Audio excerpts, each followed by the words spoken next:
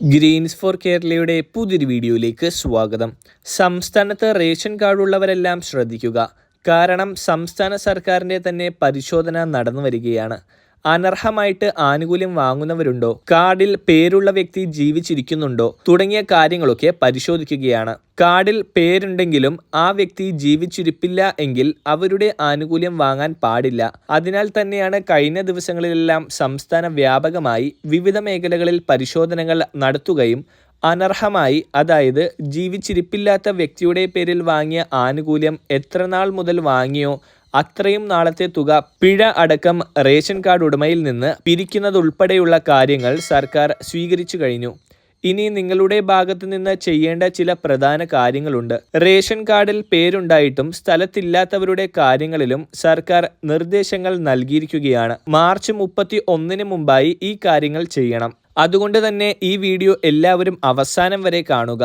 ഇതിന്റെ വിശദ വിവരങ്ങളിലേക്ക് കടക്കുന്നതിന് മുമ്പായി ചാനൽ ആദ്യമായി കാണുന്നവർ സബ്സ്ക്രൈബ് ചെയ്യുക. വീഡിയോ ഇഷ്ടമായ ലൈക്ക് കൂടി ചെയ്യുക. ഏറ്റവും പ്രധാനപ്പെട്ട കാര്യം, ജീവിച്ചിരിപ്പുള്ള വ്യക്തിയാണെങ്കിൽ പോലും റേഷൻ കാർഡിൽ ഉൾപ്പെട്ടിട്ടില്ലെങ്കിലും റേഷൻ കാർഡിൽ ഉൾപ്പെട്ടിട്ടുണ്ടെങ്കിലും സംസ്ഥാനത്തില്ലാത്ത ഒരുപാട് ആളുകളുണ്ട്. നിലവിൽ മുൻഗണനാ വിഭാഗത്തിലെ റേഷൻ കാർഡുകാർക്കാണ് ഇത് കൂടുതൽ ബാധകമാകുന്നത്. കാരണം അവർക്കാണ് കേന്ദ്ര സർക്കാരിൻ്റെ സൗജന്യ അരി ഉൾപ്പെടെയുള്ള ആനുകൂല്യങ്ങൾ ലഭിക്കുന്നത്. പ്രത്യേകിച്ചും വിദേശ രാജ്യങ്ങളിൽ പഠന ആവശ്യങ്ങൾക്കോ ജോലി സംബന്ധമായ ആവശ്യങ്ങൾക്കോ മുൻഗണനാ റേഷൻ കാർഡിലുള്ളവർ പോയിട്ടുണ്ടെങ്കിൽ, ഇനി മറ്റ് സംസ്ഥാനങ്ങളിലാണ് പോയിട്ടുള്ളതെങ്കിൽ പോലും നമ്മുടെ സംസ്ഥാനത്ത് സർക്കാർ പറഞ്ഞിരിക്കുന്ന റേഷൻ മസ്റ്ററിംഗ് ചെയ്തിട്ടില്ലെങ്കിൽ ഒരുപക്ഷെ ഈ നിയമം ബാധകമാകും. അതിനാൽ തന്നെയാണ് സ്ഥലത്തില്ലാത്തവർ NRK അഥവാ നോൺ റെസിഡന്റ് കേരള സ്റ്റേറ്റസിലേക്ക് മാറുവാൻ നിർദ്ദേശം നൽകിയിരിക്കുന്നത്. അക്ഷയ സെന്ററുകളോ മറ്റ് ഓൺലൈൻ കേന്ദ്രങ്ങൾ വഴിയോ ഇതിനുള്ള അപേക്ഷകൾ സമർപ്പിക്കാൻ സാധിക്കും.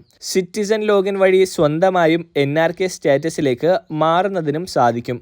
വിദേശത്തുള്ളവർ എന്ത് ആവശ്യത്തിനാണ് അവിടെ പോയിരിക്കുന്നതെന്ന് തെളിയിക്കുന്ന രേഖയുടെ പകർപ്പുകൾ അപ്ലോഡ് ചെയ്യണം. ഇത് ഭക്ഷ്യ പൊതുവിതരണ വകുപ്പ് അംഗീകരിച്ച് സ്റ്റേറ്റസ് NRK എന്നതിലേക്ക് മാറ്റുന്നതിലൂടെ നമ്മുടെ റേഷൻ കാർഡിലെ പേര് നീക്കം ചെയ്യില്ല. അവർക്ക് താൽക്കാലികമായിട്ട് റേഷൻ വിഹിതം ലഭിക്കില്ല. എന്നാൽ സ്ഥലത്ത് ഇല്ലാതിരുന്നിട്ടും സ്റ്റേറ്റസ് NRKയിലേക്ക് മാറ്റാതെ ആനുകൂല്യം വാങ്ങുകയാണെങ്കിൽ ഇങ്ങനെയുള്ളവരെ സർക്കാർ അന്വേഷിച്ച് കണ്ടെത്തും.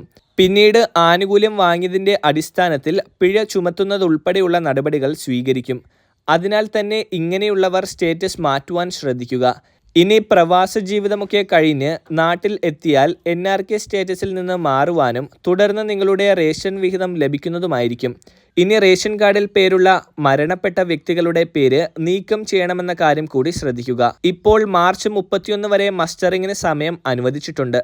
അപ്പോൾ ഈ കാര്യങ്ങളെല്ലാം ഇതിന് മുമ്പ് തന്നെ പൂർത്തീകരിക്കുവാൻ ശ്രദ്ധിക്കുക. വളരെ പ്രധാനപ്പെട്ട ഈ ഇൻഫർമേഷൻസ് നിങ്ങൾ മറ്റുള്ളവരിലേക്ക് കൂടി ഷെയർ ചെയ്യുക.